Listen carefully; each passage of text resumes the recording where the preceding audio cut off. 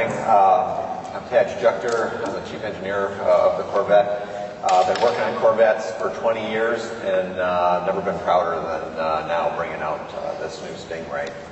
The Corvette is built much like an aircraft. You look at aerospace technology, it rolls down into race cars, and then we eventually put it on the street, and Corvette has been a pioneer in doing just that. The all-new aluminum frame is optimized for open-air stiffness and lightness.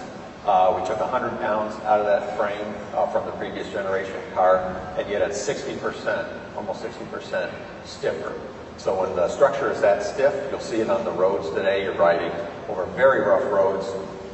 When the car is that stiff, it feels very confident and gets through the rough stuff without much difficulty, with great directional stability.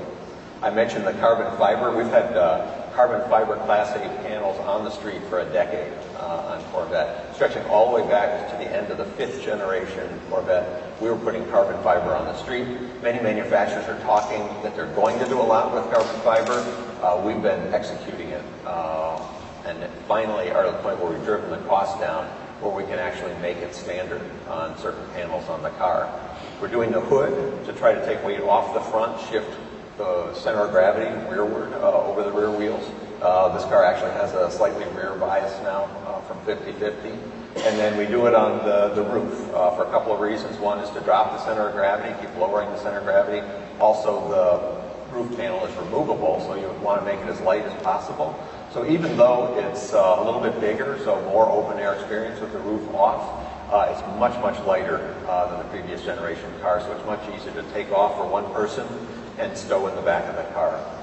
If you look underneath the panels, you'll find new formulations of what people traditionally think of as fiberglass.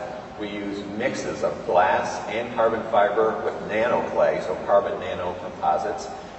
It's amazing stuff. It's lighter, less dense, and much stiffer.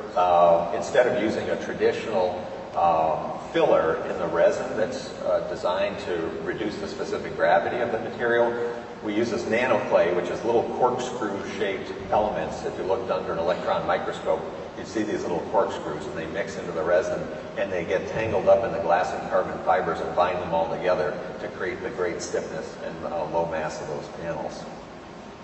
I want to show a little video. A lot of people aren't totally familiar with how a Corvette goes together, so we got a little assembly sequence here.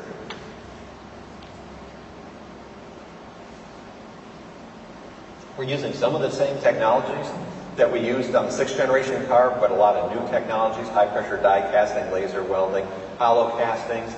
That stuff wasn't even available, didn't even exist the last time we did the car. So state-of-the-art materials, material properties, manufacturing techniques, the way we join the whole car together is all state-of-the-art. We have a brand new body shop in Bowling Green.